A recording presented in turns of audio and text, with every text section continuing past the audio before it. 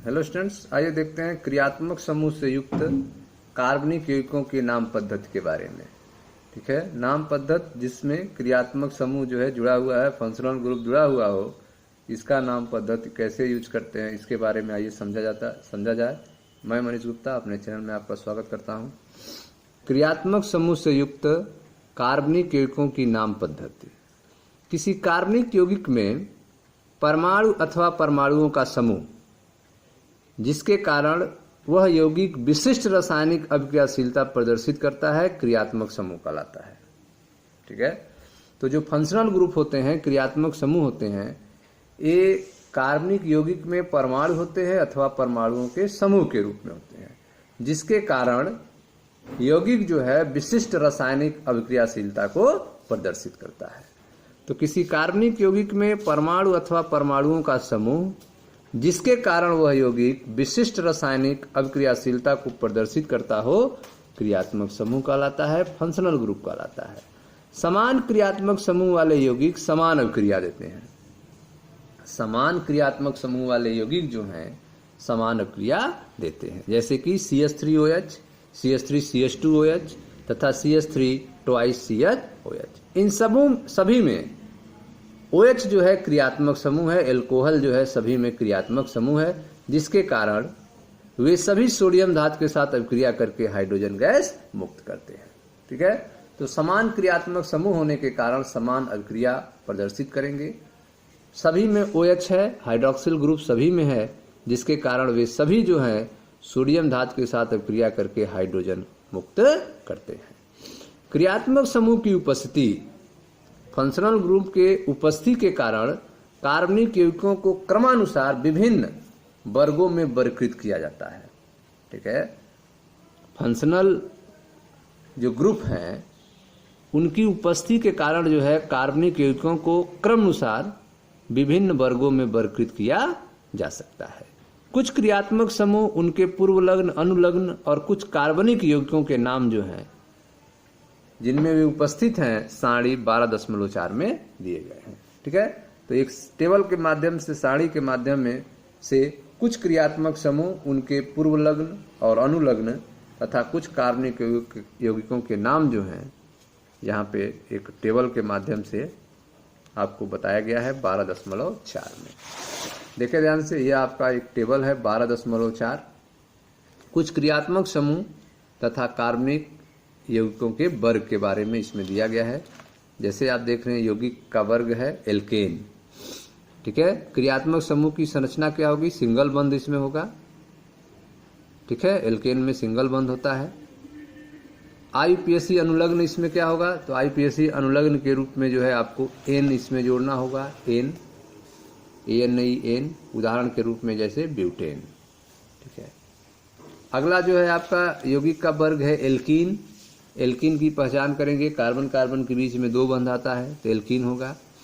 IUPAC अनुलग्न के रूप में इसमें इन का यूज किया जाता है, इन, ENI, उदाहरण के रूप में ब्यूट 1 इन। जैसे आप देख रहे हैं 2 बंध है इसमें, इसका नाम होगा ब्यूट। 4 कार्बन की लंबी श्रृंखला है, पहले नंबर कार्बन से 2 बंध है तो 1 और इन, तो ब्यूट 1 इन इसका नाम हो जाएगा।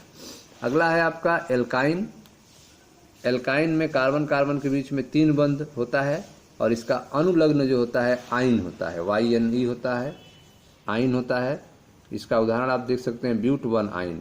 जैसे यहाँ पे 4 कार्बन की लंबी श्रृंखला है, पहले कार्बन से 3 बंध जुड़ा हुआ है। ठीक है, तो ब्यूट 1 नंबर 1 आइन। ठीक है, ब्यूट 1 आइन। अगला जो यौगिक का वर्ग होता है उसे एरीन कहते हैं, एरीन। इसका उदाहरण है आपका बेंजीन। ठीक है, एरीन का उदाहरण क्या है, बेंजीन। ठीक है, फिर आता है आपका अगला वर्ग है हैलाइड। ठीक है, हैलाइड है जिसको आप X से रिप्रेजेंट करते हैं। हैलाइड को आप कैसे लिखेंगे, X से, X मतलब फ्लोरीन, क्लोरीन, ब्रोमीन, आयोडीन, ये सब हैलाइड हैं। IUPAC समूह पूर्वलग्न इसका हैलो होता है।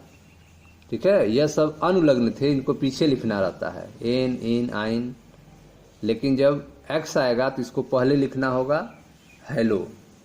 Cl है तो क्लोरो, F है क्लोरो, ब्रोमीन है ब्रोमो, आयोडीन है तो आइडो, ऐसे लिखेंगे। इल हैलाइड, अनुलग्न इसका क्या होगा, इल हैलाइड। अनुलग्न के रूप में अगर इसको लिखना हो तो इल हैलाइड लिखेंगे, और पूर्व लग्न के रूप में लिखना होगा तो हैलो लिखेंगे। जैसे यहाँ पे देखें CH3 CH2 CH2 CH2 Br, तो 1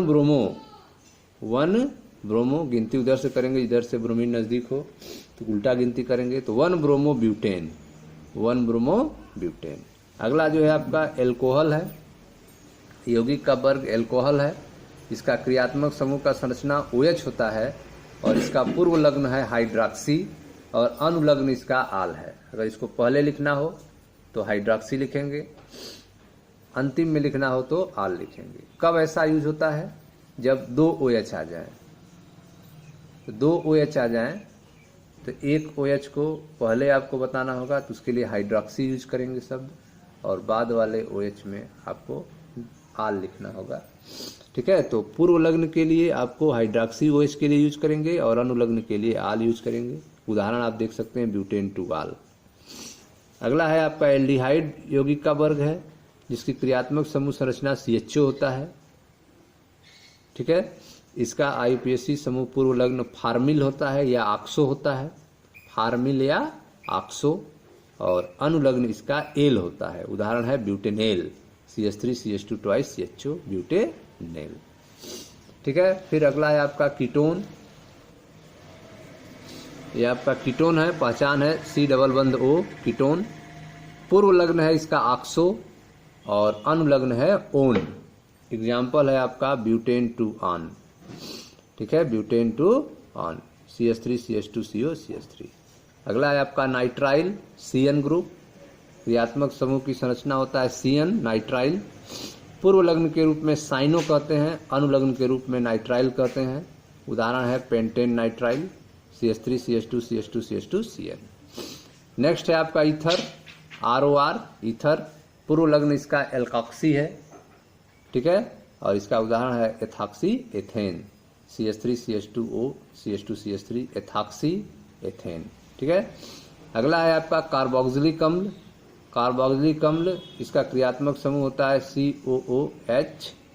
पूर्व लग्न के रूप में इसको कार्बोक्सी कहेंगे और अनुलग्न के रूप में ओइक अम्ल कहेंगे।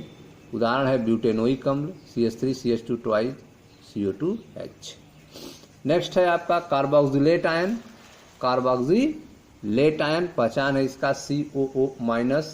इसका जो अनुलग्न होता है वो O8 होता है, O8 होता है, जैसे सोडियम ब्यूटेनोएट। नेक्स्ट है आपका एस्टर, COOR। इसका पूर्व लग्न होता है, ठीक है, एल्केक्सी कार्बोनिल, एल्केक्सी कार्बोनिल, और पूर्व अनुलग्न होता है O8। उदाहरण है इसका मिथेनिल प्रोपोनेट, मिथाइल प्रोपेनोएट। नेक्स्ट है एसिल हैलाइड। एसिल हैलाइड है COX एसिल हैलाइड। पूर्व लग्न है टैलो कार्बोनिल, अनुलग्न है आयल हैलाइड। उदाहरण है ब्यूटेनाइल क्लोराइड। नेक्स्ट आपका एमीन है, एमीन NH2NHN। ठीक है, पूर्व लग्न एमिनो और अनुलग्न होता है एमाइन, जैसे 2 ब्यूटेनेमिन। नेक्स्ट आता है एमाइड आपका। एमाइड में CONH2 CONHR CONR2। इसका जो है पूर्व लग्न कार्बाइल होता है और अनुलग्न जो है एमाइड होता है। एग्जाम्पल के रूप में ब्यूटेनेमाइड यहाँ पे दिया गया है। अगला है नाइट्रो यौगिक, पहचान NO2 होता है। पूर्व लग्न इसका नाइट्रो होता है, जैसे 1 नाइट्रो ब्यूटेन। नेक्स्ट है आपका सल्फोनिल अम्ल, SO3H, पहचान है इसका। पूर्व लग्न इसका सल्फो होता है और अनुलग्न होता है सल्फोनिक अम्ल। उदाहरण है मेथिल सल्फोनिक अम्ल। ठीक है, तो यह कुछ क्रियात्मक समूह और कार्बनिक यौगिकों का वर्ग यहाँ पे दिया गया है टेबल में। आगे देखते हैं।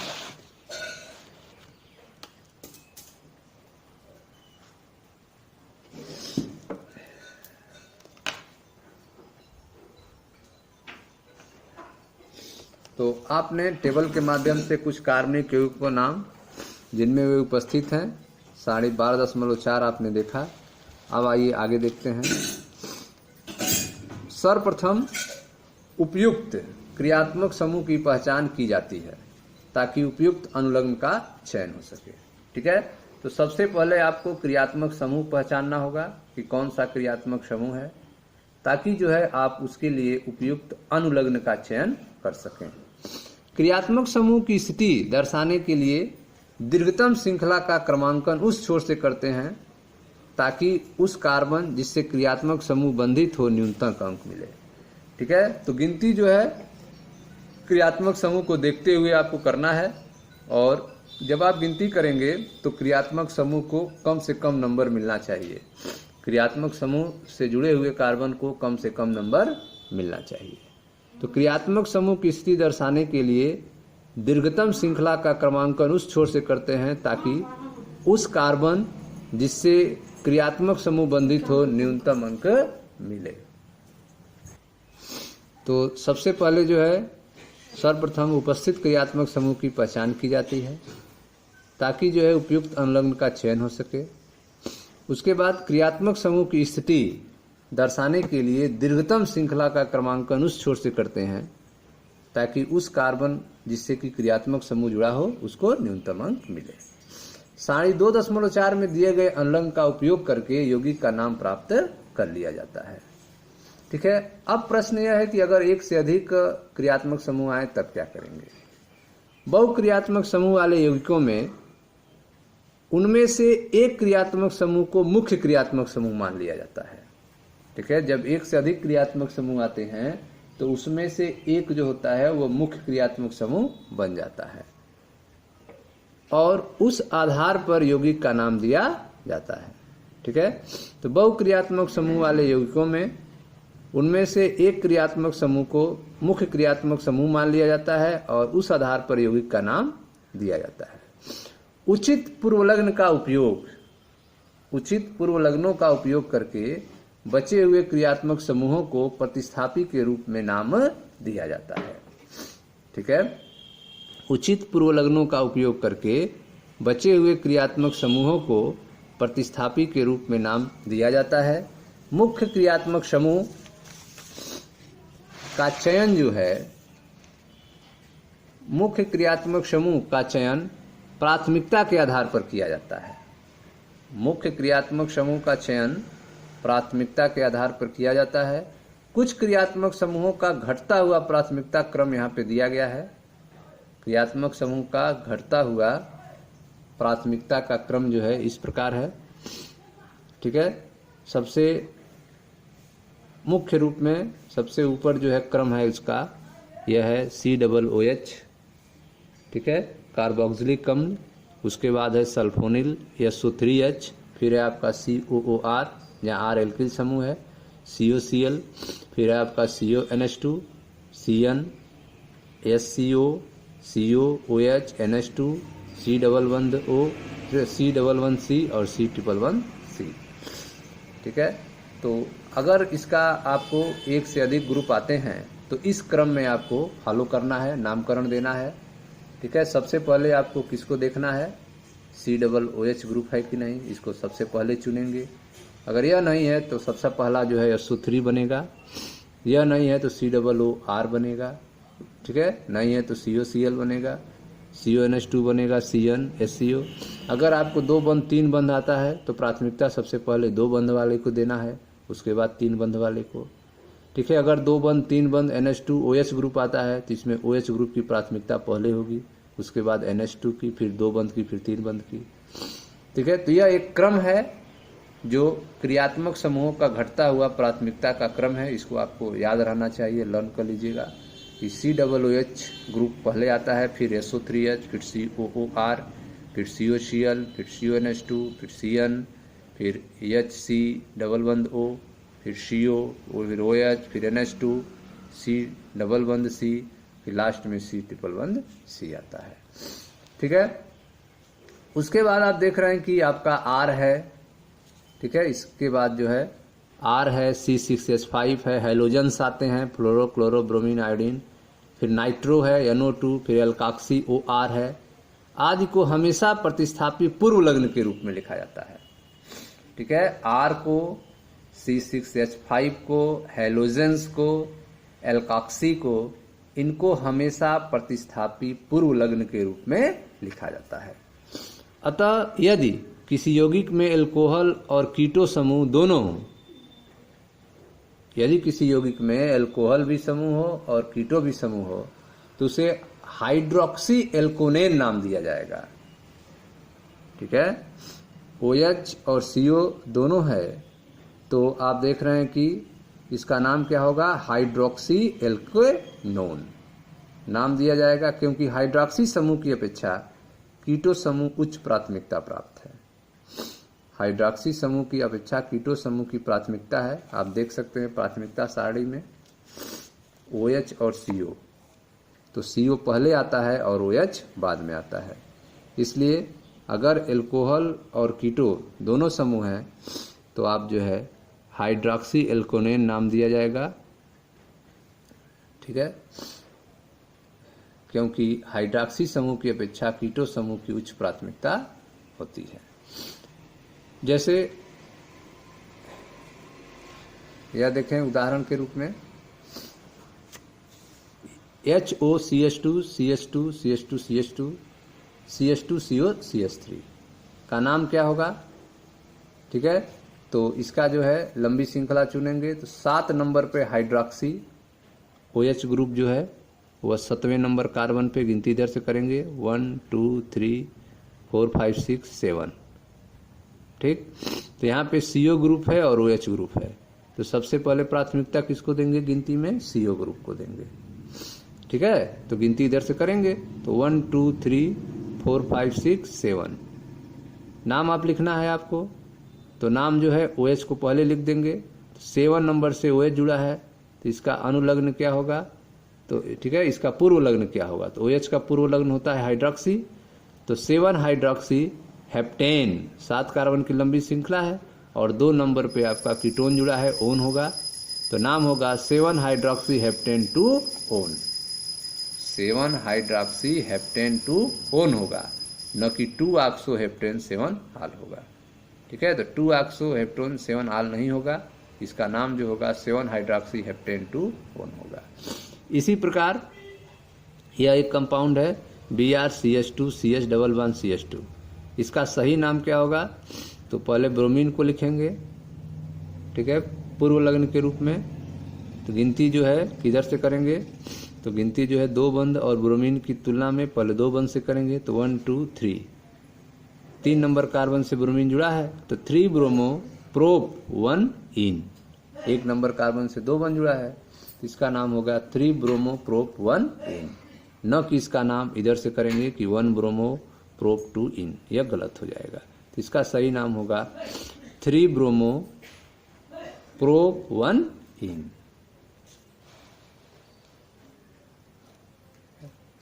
यदि एक ही प्रकार के क्रियात्मक समूह की संख्या 1 से अधिक हो, यदि एक ही प्रकार के क्रियात्मक समूहों की संख्या 1 से अधिक हो तो उसकी संख्या दर्शाने के लिए उपयुक्त पूर्व लग्न, ठीक है, डाई ट्राई आदि वर्ग अनुलग्न के रूप में लिखा जाता है। ठीक है, तो यदि जो है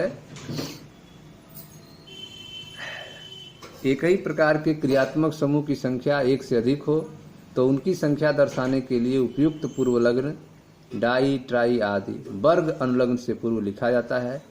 ऐसे में वर्ग अनुलग्न में के पूर्व मूल एल्केन का नाम पूर्ण नाम लिखते हैं। ठीक है, इस कंडीशन में जो मूल एल्केन होगा इसका पूरा नाम लिखा जाता है। ठीक है, ऐसे कंडीशन में मूल एल्केन का पूरा नाम लिखा जाता है। तो यदि एक ही प्रकार के क्रियात्मक समूहों की संख्या 1 से अधिक हो तो उनकी संख्या दर्शाने के लिए उपयुक्त पूर्व लग्न डाई ट्राई आदि वर्ग अनुलग्न के रूप में लिखा जाता है। ऐसे में वर्ग अनुलग्न के पूर्व मूल एल्केन का नाम पूर्ण नाम लिखते हैं, जैसे CH2OH CH2OH। अब यहाँ पे 2 बार OH आया है तो इसका नाम जो होगा, ठीक है, तो 2 बार OH है तो इसके लिए डाई यूज करेंगे और इसमें क्रियात्मक समूह का जो है 2 बार आया है, इसके लिए डाई, और जो एल्केन होगा उसका पूरा नाम लिखेंगे। तो यह हो गया एथेन, पूरा नाम लिख दिए 1,2 डाइयाल, एथेन 1,2 डाइयाल। परंतु एक से अधिक द्विआबंध या त्रिबंध होने पर एल्केन का न प्रयुक्त नहीं किया जाता है। यदि एक से अधिक दो बंध त्रिबंध आए तो उसमें एल्केन का n यूज नहीं करेंगे। जैसे कि CH2 डबल बंध CH सिंगल CH डबल बंध CH2 का नाम जो होगा ब्यूटा, यहाँ पे ब्यूटेन नहीं लिखे हैं, ब्यूटा 1,3 डाइइन, ब्यूटा 1,3 डाइइन। तो अगर दो बंध त्रिबंध आता है तो इसमें पूरा नाम नहीं लिखते हैं जनक श्रृंखला का, n हटा देते हैं, तो इसका नाम हो गया ब्यूटा 1,3 डाइइन। और इसमें आपने देखा कि इसमें पूरा नाम लिखे हैं एथेन 1,2 डाइयाल। ठीक है, तो यह आपका जो था नियम था कैसे जो है क्रियात्मक समूह वाले यौगिकों का नामकरण करते हैं। मिलते हैं नेक्स्ट वीडियो में जहां अगले टॉपिक की चर्चा की जाएगी। Thank you.